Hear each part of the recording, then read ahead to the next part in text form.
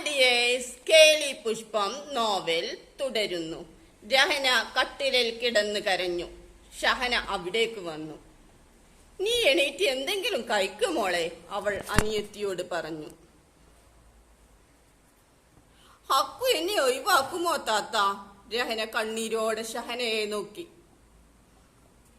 ഇല്ല മോളെ, അക്കുവിന് കാര്യം പറഞ്ഞാൽ മനസ്സിലാകും. എന്റെ കുട്ടി വല്ലതും കഴിക്ക്.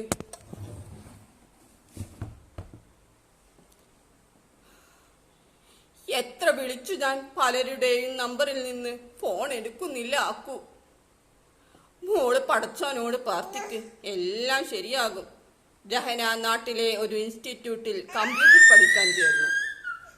അങ്ങനെ ഇരിക്കെ ഒരു ദിവസം പത്രം നോക്കിയ രഹന ജോലിക്ക് ആളെ ആവശ്യമുണ്ടെന്ന പരസ്യം കണ്ട് ഇന്റർവ്യൂ അറ്റൻഡ് ചെയ്തു. കുട്ടികൾക്ക് പഠിക്കാനുള്ള പുസ്തകം വിൽക്കലായിരുന്നു ജോലി. അവൾ പുസ്തകവുമായി ഓരോ വീടും കയറിയിറങ്ങി. ചിലരൊക്കെ ഓർഡർ കൊടുത്തു, ചിലരൊക്കെ പരിഹസിച്ചു. പുസ്തക കമ്പനിയുടെ മാനേജർ നൌഷാദ് രഹനയെ അദ്ദേഹത്തിന്റെ റൂമിലേക്ക് വിളിച്ചു. സാർ, എന്തിനാണ് എന്നെ വിളിച്ചത്?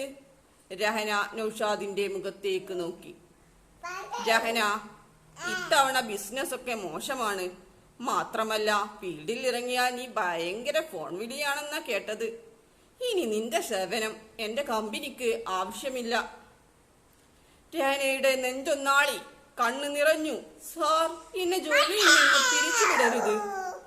എനിക്ക് ജീവിക്കാൻ മറ്റൊരു മാർഗമില്ല, അവൾ പറഞ്ഞു. നിന്റെ ഭർത്താവ് നിന്നെ നോക്കില്ലേ?